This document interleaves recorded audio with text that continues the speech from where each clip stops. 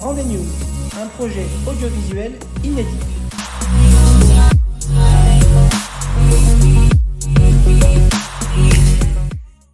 Chers parents, bonjour. Comme vous le savez, chaque année scolaire, nous avons une émission sur notre chaîne YouTube qui s'appelle Rendez-News. Je m'adresse aux anciennes familles ainsi qu'aux nouvelles familles. Cette émission est une émission courte radio pour vous donner un certain nombre d'informations.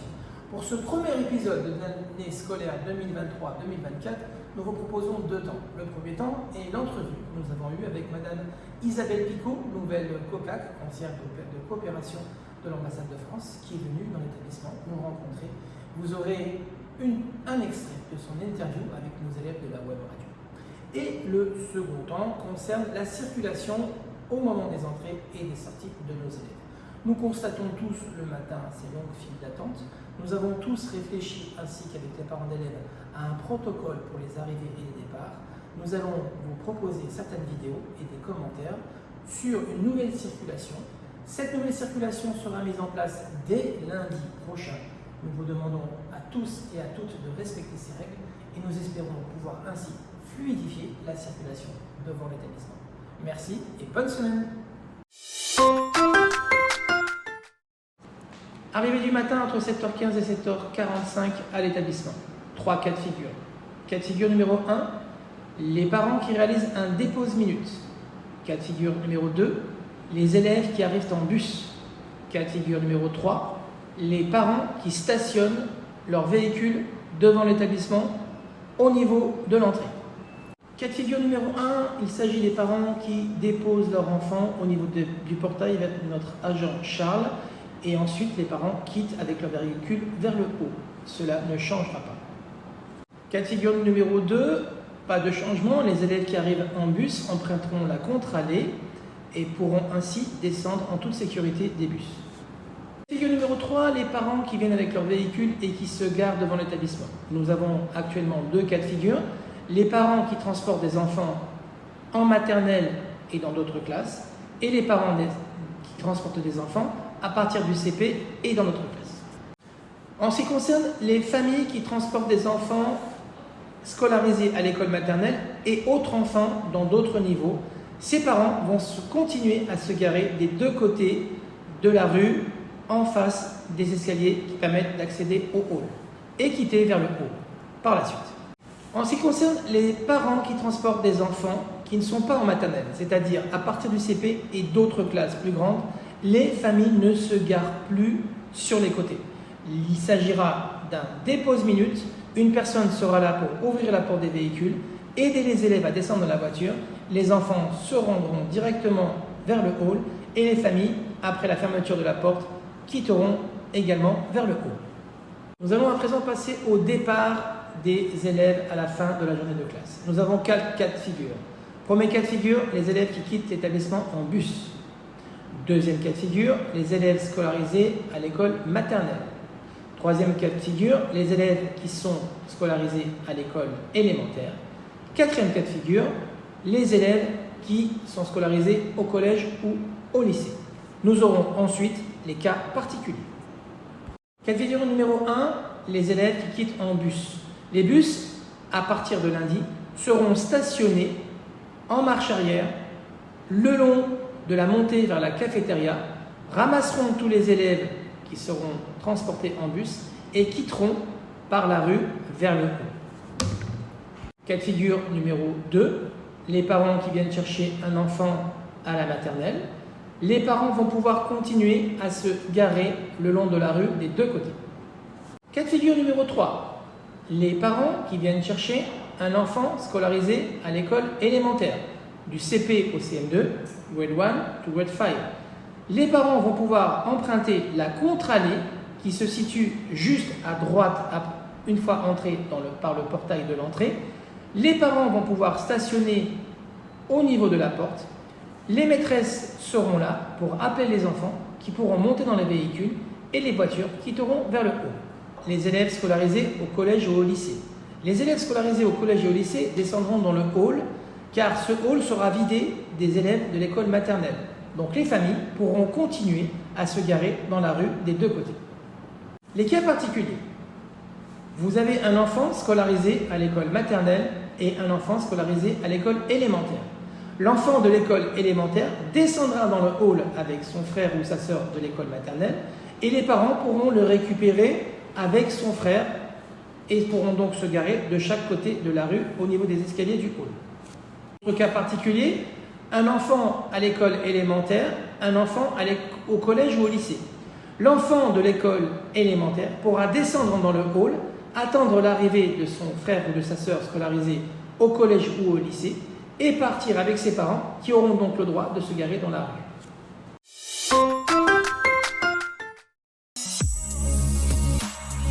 Bonjour Madame la conseillère, bonjour Monsieur le proviseur. Alors nous sommes des élèves de la web radio du CPF Montana. Aujourd'hui nous souhaitons vous poser quelques questions. Mais avant, bienvenue au niveau. Merci beaucoup, merci pour votre accueil. Donc, je m'appelle Isabelle Picot, je suis conseillère adjointe de coopération et d'action culturelle en charge de l'enseignement scolaire pour les établissements homologués du Liban et évidemment pour tout ce qui est de la promotion de la langue et de la culture française au sein de ce pays. D'abord, en quoi consiste votre mission au Liban? Alors, comme l'indique ma fonction, hein, je suis dans une mission où j'accompagne l'ensemble des chefs d'établissement, des établissements homologués par le ministère de l'Éducation nationale français.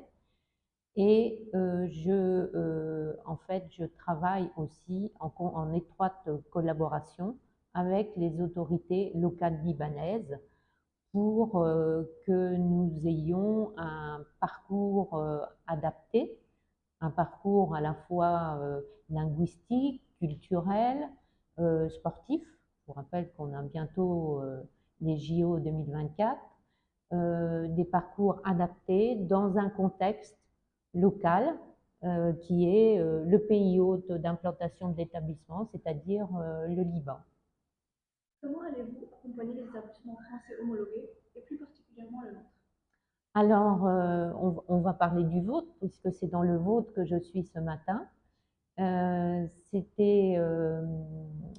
lycée Montana est un établissement qui a une population scolaire qui augmente. Hein. Moi, je suis arrivée donc depuis le 1er septembre. J'ai rencontré votre chef d'établissement, Cosimo Calambres.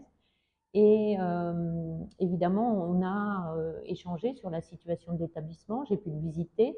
C'est un très bel établissement, très bien aménagé, en hauteur, où les conditions de sécurité sont respectées, avec un parcours linguistique, culturel, riche.